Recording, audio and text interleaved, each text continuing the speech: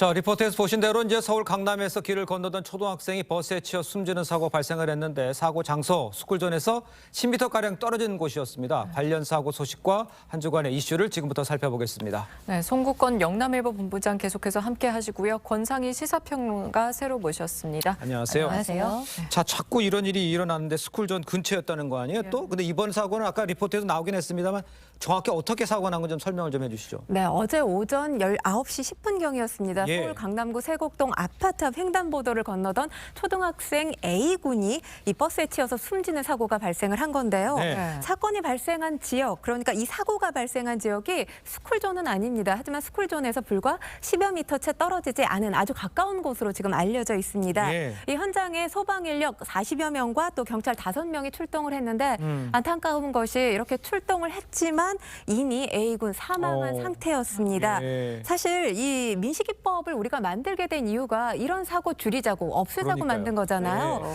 그런데 지금 이 민식이법 시행 전후 스쿨존 교통사고 뭐 거의 달라진 게 없다라고 볼 수 있습니다. 스쿨존에서 교통사고로 숨지거나 또 이 지금 다친 어린이 수가 최근 들어서 계속 증가하고 있는 상황인데요. 네. 그러다 보니까 법이 중요한 게 아니라 예방할 방법을 찾는 게 중요하다라는 목소리가 설득력을 있죠?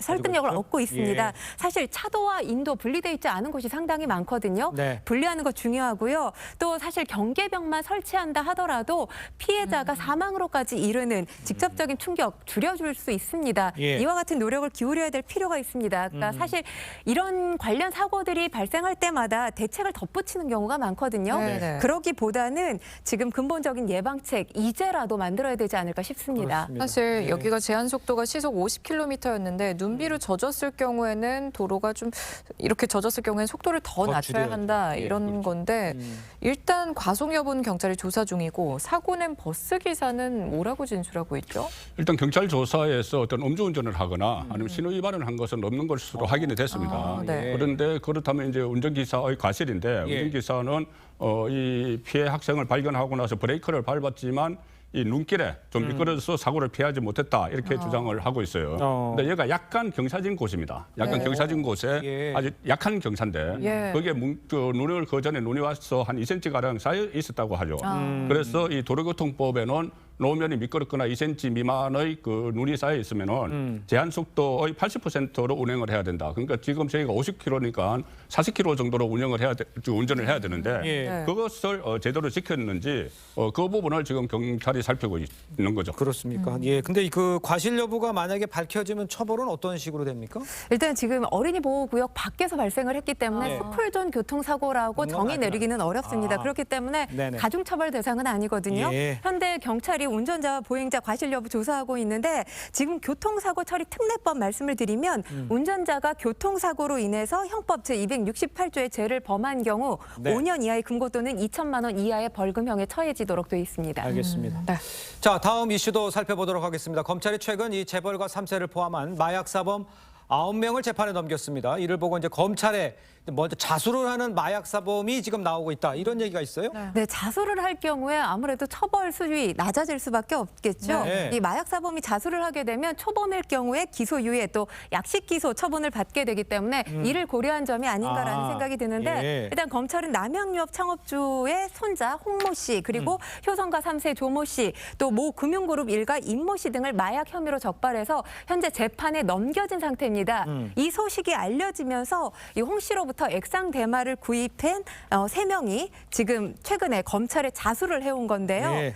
자수 시에 아까도 말씀드렸지만 처벌 수위가 낮아졌다 이런 점을 감안한 상황으로 보입니다. 네. 이 중엔 전직 이 경찰청장 아들도 포함돼 맞아요. 있는데 어허. 이로써 이번 사건 관련 피해자 모두 12명으로 늘어난 상태입니다. 계속 늘고 있는 것 같은데 이 검찰은 이들과 연결된 마약 사범이 더 있을 것으로 보고 수사를 확대할 방침이라고 합니다. 수사 향배에 따라서 재벌가나 또 사회 지도층을 중심으로 마약 스캔들이 더 터질 수도 있다 이런 전망이 나와요. 네, 그럴 가능성이 예. 또 특히 지금 검찰에서 마약 단속에 적극적으로 나선 상황입니다. 예. 네. 저번에 국민과의 대화에서 한동훈 장관도 전쟁하듯이 하겠다 이런 이야기까지 했거든요. 맞아요. 마약과. 예. 그렇다면은 수사를 더 확대할 것이고 또 지금 3명이 추가로 자수를 한 것에서 보듯이 본인들의 어떤 선처를 받기 위해서 또 자수가 또 계속 나올 수가 있어요.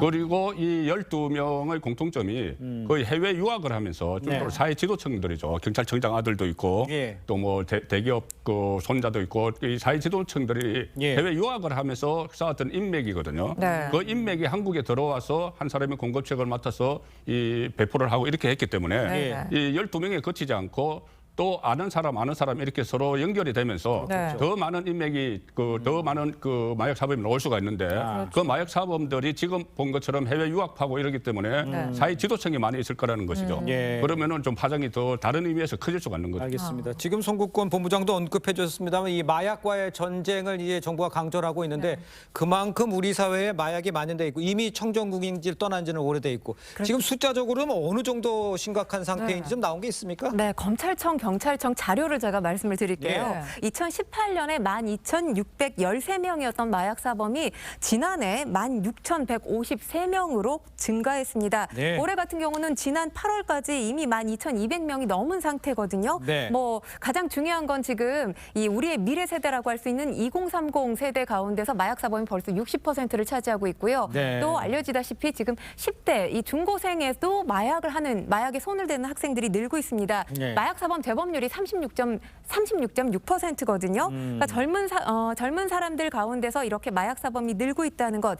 사회 문제로 심각하게 비화될 수 있는 가능성이 있다는 건데요. 일단 가장 중요한 게 이렇게 지금 마약 사범이 급증하고 있는 상황이지만 관련해서 약물 중독과 관련된 교육 체계적으로 지금 이루어지지 않고 있는 상황입니다. 예. 교육을 체계화시킬 필요가 있고요. 그리고 더 중요한 건 지금 재활에 방점을 둬야 된다라는 목소리는 계속해서 하고 있는데 재활 인프라가 상당히 부족합니다. 그렇군요. 관련해서 지금 일본 같은 경우는 마약 재활 시설이 전국적으로 90여 곳 정도 되거든요. 네. 우리나라는 서울과 부산 2곳밖에 없습니다. 이와 관련해서도 정부 당국에서 신경을 써야 되지 않을까 싶습니다. 단순히 단속뿐만 아니라 재활에도 신경을 써야 되는 상황이군요. 알겠습니다. 다음 이슈도 좀 살펴보도록 하겠습니다. 한국 최초의 달 궤도선이죠. 다누리가 넉 달 반의 비행 끝에 17일 새벽 달 궤도에 진입을 했습니다.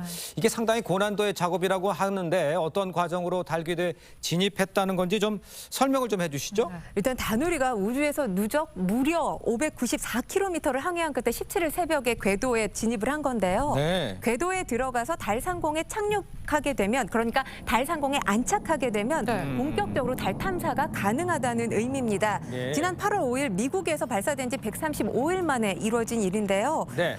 일단 항우연 연구진이 설명한 걸 보면 약 13분간 추력기를 가동해서 다누리의 속도를 시속 약 8,000km에서 7,500km까지 감속을 했는데 이 단계가 달 탐사를 위한 여정 중에 가장 어렵고 또 가장 중요한 작업으로 꼽히는 단계입니다. 네. 적절한 감속을 위해서 다누리 전체 연료의 약 65%가 쓰일 정도인데요. 그동안 다누리 타원형인 궤도를 서서히 조절해서 원 모양으로 만들어 나가게 되는데요. 저게 화면에 나오는 저 장면인가 보네요. 네, 그렇습니다. 예. 이후 속도를 시속 5,900km까지 서서히 떨어뜨려서 임무 궤도인 달 상공 100km에 안착하게 됩니다. 그럼 달 궤도 그렇군요. 진입에 완전히 성공을 하게 되면 어떤 임무를 하게 되는 거죠? 일단 항우연에서 개발한 고해상도 이 카메라가 달 표면 관측 영상을 찍게 되거든요. 예. 지금 다누리에 실린 광시야 편광 카메라 그리고 감마선 분광기라는 게 있는데 네. 이게 달에 매장된 예. 자원을 탐색하는 데 쓰이게 됩니다.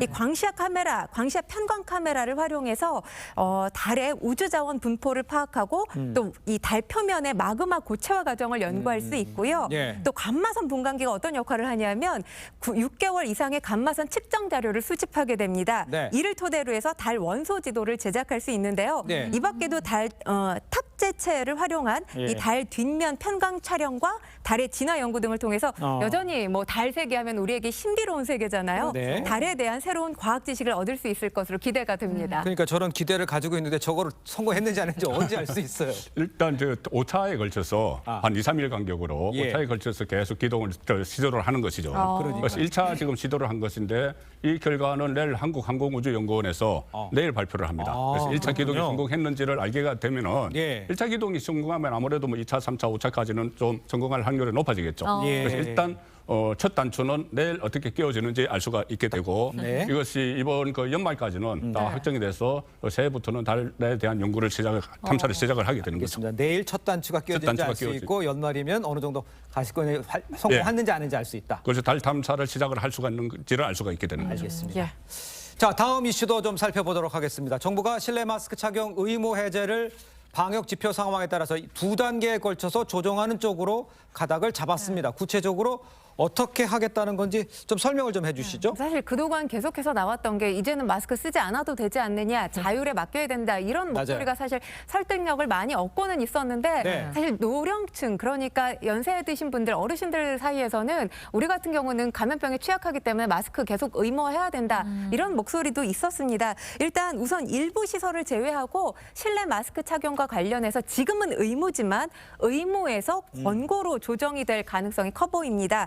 그리고 이후에 모든 시설에서 전면 해제하는 방식 이렇게 2단계로 진행될 가능성이 커 보이는데요. 예. 일단 1단계에서 해제되는 시설, 밀집도나 밀폐도 겨울이기 때문에 특히 고려해야 될 사항이 아닌가 싶습니다. 네. 그리고 감염 취약층 보호를 고려해서 대중교통, 또 복지시설, 의료기관 등이 될 것으로 보고 있습니다. 네. 그리고 사실 학교에서 마스크 쓰고 하루 종일 수업받기 또 수업하기 힘들다는 분들 상당히 맞아요. 많죠. 예. 계획대로라면 학교나 어린이집 같은 또 이 교육, 보육기관, 공공기관에는 1단계에서 의무가 해제될 것으로 보입니다. 하지만 마트 같은 경우는 사실 그러니까 모든 연령대가 다 모여 있는 곳이라고 할 수가 있어요. 그렇죠. 고령자도 많이 사용을 하는 공간이기 때문에 네. 마트에서 해제 여부는 지금 논의를 하고 있는 것으로 알려지고 있습니다. 알겠습니다. 정부에서는 이번 주에 실내 마스크 완화 기준을 발표할 예정이라고 하는데 실내 마스크 해제 시점 어떻게 좀 예상해 볼 수 그러니까 있을까요? 중대본에서 금요일 날 이번 주 금요일 23일 날 발표를 하게 네, 되죠. 네. 발표를 하는데 지금 1단계, 2단계로 나누는데 1단계 만약에 시행이 된다면 실내 마스크를 해제하는 것이 네. 이러면은 1월 중순 되면은 1월 중순 되면은 지금 7차 유행을 하고 있죠. 네. 겨울철 유행을 하는데 그것이 하강기를 거리게 된답니다. 1월 중순에. 예. 하강기를 거리게 되고 그렇게 되면 설 연휴가 21일부터 24일까지예요. 네네. 그러니까 설 연휴 전에는 가족들이 마스크를 실내에서 벗고 또 만날 가능성이 높은데 다만 지금 요즘 하루에 8만 9만 명 이렇게 많이 확산이 또 되고 맞아요. 있는 추세라서 맞아요. 이 추세를 그 당국에서 면밀히 살펴본 이후에 예. 1단계 해제 시점을 발표를 하는데 지금 현재로서는 그렇게 1월 중순에 하강기를 맞을 것으로 예상이 되기 때문에 예. 설 전에 마스크를 풀 가능성이 높다. 그렇게 예상이 되는 거죠. 알겠습니다. 그러면 예. 설 전에 마스크 벗을 수 있을지 기대를 해보면서 두 분과 여기서 인사 나누겠습니다. 네. 고맙습니다. 감사합니다. 감사합니다. 감사합니다.